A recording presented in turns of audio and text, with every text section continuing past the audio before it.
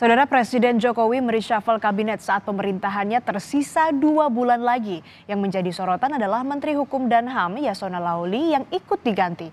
Apakah ini sebagai efek dari merenggangnya hubungan Jokowi dan PDIP? Kita akan bahas bersama dengan Direktur Eksekutif Parameter Politik Indonesia Adi Praitno. Mas Adi, selamat pagi, apa kabar? Selamat pagi, Asri. Mas, ini Presiden kan mereshuffle kabinet. Menkumham dari PDIP Yasona Laoly dan Menteri ESDM Arifin Tasrif yang diajukan oleh PDIP untuk masuk ke kabinet juga ikut dicopot. Ini sebagai bukti hubungan renggang Jokowi dan PDIP atau memang ini ada alasan profesionalisme atau kinerja? Anda melihat ini seperti apa?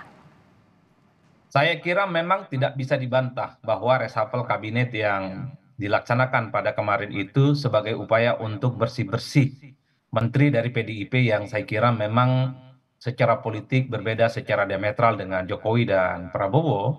Apalagi misalnya publik melihat yang diganti itu hanya dua menteri yang saya kira memang sangat erat kaitannya dengan PDIP. Oleh karena itu wajar kalau kemudian hal-hal yang sifatnya politis itu lebih mengemuka dan lebih kuat dibandingkan dengan alasan-alasan kinerja dan profesionalisme dalam konteks reshuffle yang dilakukan oleh Presiden kemarin ya. Kalau alasan kinerja dan profesionalisme, saya kira banyak menteri yang pasti direshuffle, banyak menteri yang mesti diganti. Apalagi misalnya waktu yang tersisa hanya sebatas 2,5 bulan, tentu ini tidak efektif untuk memperbaiki kinerja apapun di kementerian. Jadi oleh karena itu wajar kalau kemudian publik mensimplifikasi dan menyederhanakan bahwa reshuffle yang dilakukan kemarin adalah sebagai upaya untuk menyingkirkan PDIP dengan cara mengganti sejumlah menteri di posisi-posisi strategis. Kalau di menteri-menteri yang lain saya kira tidak terlampau strategis posisinya. Kenapa misalnya Kementerian Kumham itu diganti? Publik menengarai ini sebagai upaya untuk mengantisipasi adanya gejolak dan dinamika internal yang terjadi di partai politik ya.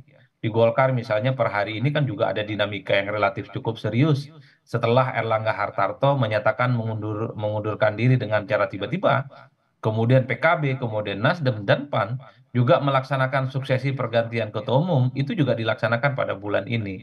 Wajar kalau kemudian Kemenkumham itu dalam tanda kutip harus steril, harus memiliki warna dan napas politik yang sama dengan kekuasaan hari ini. Karena kalau Kementerian Kumham itu masih dijabat oleh kader PDIP, Hmm. ya Sona Sauli, saya kira ini agak riskan. Apalagi misalnya beberapa waktu yang lalu, perpanjangan pengurus kader-kader PDIP yang mestinya berakhir 2024 diperpanjang jadi 2025, itu kan juga menjadi persoalan-persoalan yang cukup serius yang saya kira menjadi catatan kenapa Yasona itu kemudian direshuffle. Nah, yang kedua soal kenapa Menteri SDM ini diganti, tentu ini untuk memberikan bobot yang lebih kuat kepada Pak Bahlil khususnya yang digadang menjadi calon ketua umum Golkar tunggal yang tak ada lawan tanding karena ada kecenderungan rata-rata secara umum ketua umum Golkar adalah mereka yang punya posisi strategis, punya prestasi serius dan kemudian dia punya bergen yang relatif kompetitif dibandingkan dengan yang lain. Di luar itu memang ada argumen-argumen ini semacam konsolidasi politik yang terjadi antara Jokowi dan Prabowo Subianto karena memang di berbagai tempat misalnya menteri-menteri yang diangkat itu, wakil menteri yang juga dilantik, termasuk kepala badan yang dilantik, adalah mereka yang juga punya irisan kuat dengan Jokowi dan Pak Prabowo. Jadi hal ini yang saya kira menjadi penebal betapa ada alasan sustainability, keberlanjutan, ataupun proses-proses persiapan transisi dari Jokowi ke Prabowo itu dimulai. Meski dengan cara harus menggergaji, mempreteli satu persatu Hmm. menteri-menteri yang dimiliki oleh PDIP.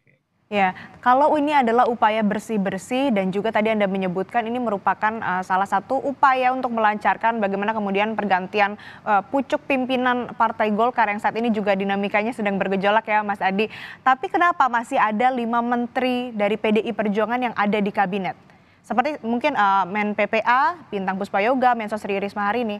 Kenapa masih ada?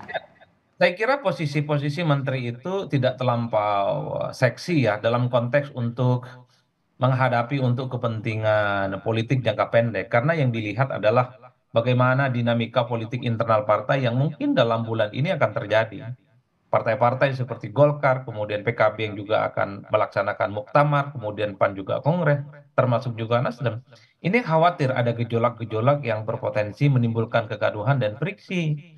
Karena kalau terjadi kegaduhan, misalnya seperti ada dualisme atau ada partai tandingan, memang pucuk akhirnya adalah bagaimana SK di Kemenkumham yang kemudian akan menjadi pertaruhan kira-kira pengurus mana yang secara absah legitimate tentu sebagai syarat untuk mendaftarkan sebagai kandidat di pilkada serentak di 545 kabupaten kota provinsi di seluruh Indonesia. Oleh karena itu, kalau Kementerian Kumham ini masih memiliki iman politik yang sama dengan pemerintah, dijabat oleh kader PDIP seperti Pak Yasona Lawli, tentu sangat riskan.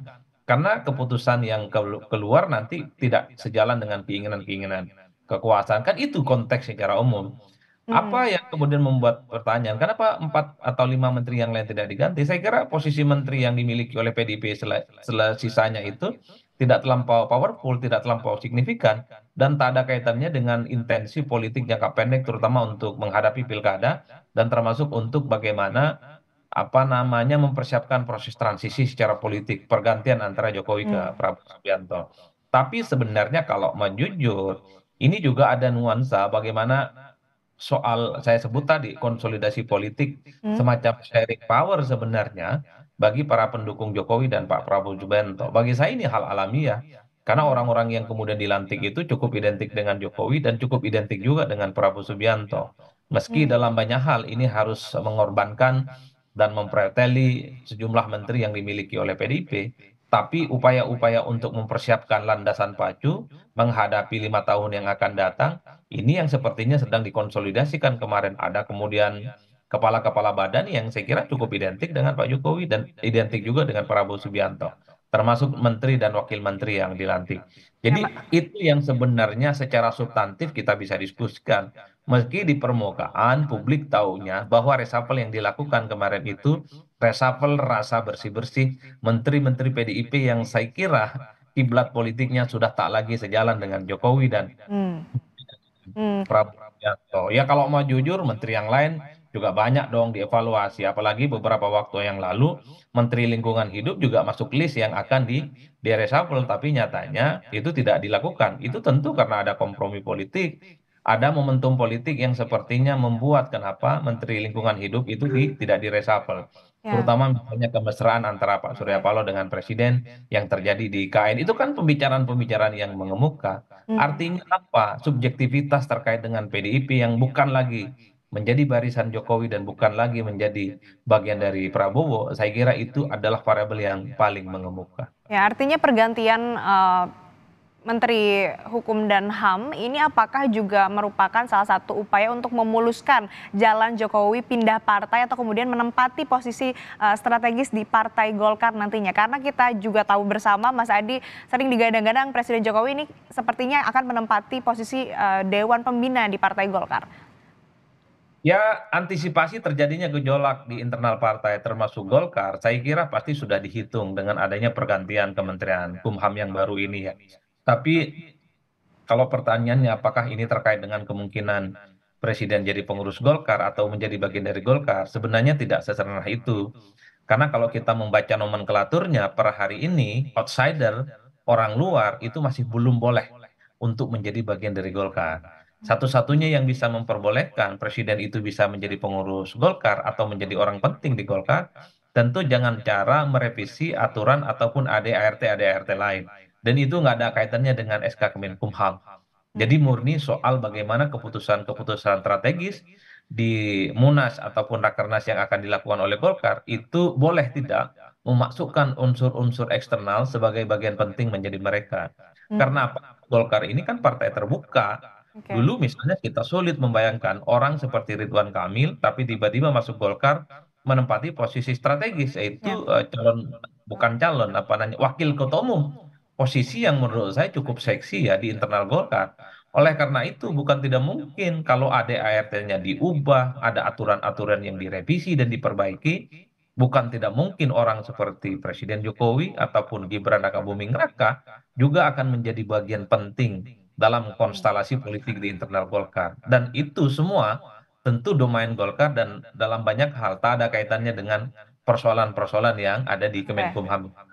Oke, Mas Adi ini kan kemarin juga PDIP menyebutkan bahwa memang PDIP tidak akan menarik menteri-menterinya. Meskipun kita kalau lihat secara luas begitu hubungan antara Jokowi dan PDIP juga sudah merenggang. Kira-kira ini kenapa PDIP bersikeras tetap mengawal pemerintahan Jokowi sampai akhir? Ya kalau kemudian PDIP menarik semua menterinya, pastinya PDIP akan kembali dibully sebagai partai politik yang dinilai tidak punya komitmen dan kemudian mengakhiri kontrak politik ya dengan Jokowi hingga 5 tahun. Jadi sebenarnya kalau mau jujur PDIP dalam kondisi pasrah. Wajar kalau kemudian pernyataan elit PDIP mengatakan bahwa menteri yang tersisa itu dihibahkan. Mau dipakai oke, nggak dipakai di reshuffle juga oke. Nggak ada persoalan apapun.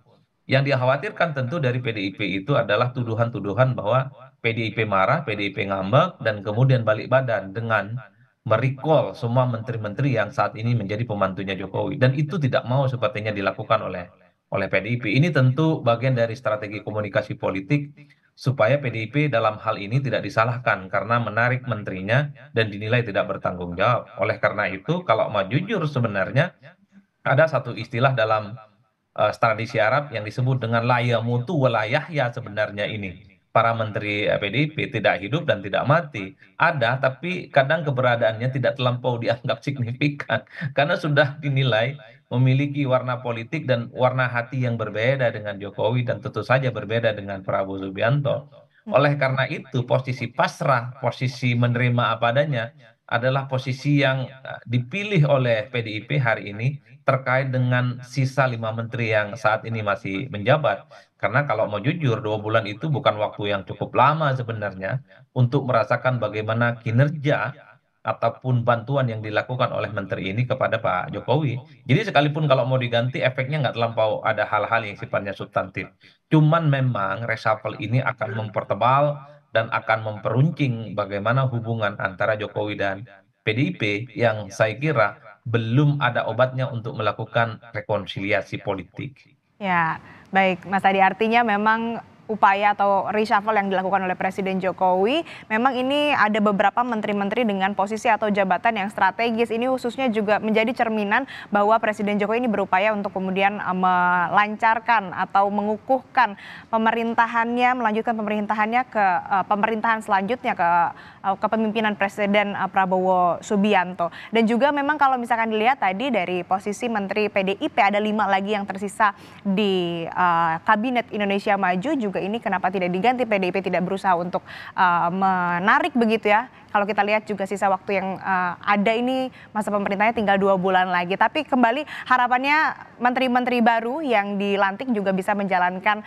tugasnya dengan baik. Terima kasih Mas Adi Prayitno, Direktur Eksekutif Parameter Politik Indonesia telah bergabung bersama kami di Sapa Indonesia Pagi. Sehat selalu Mas Adi.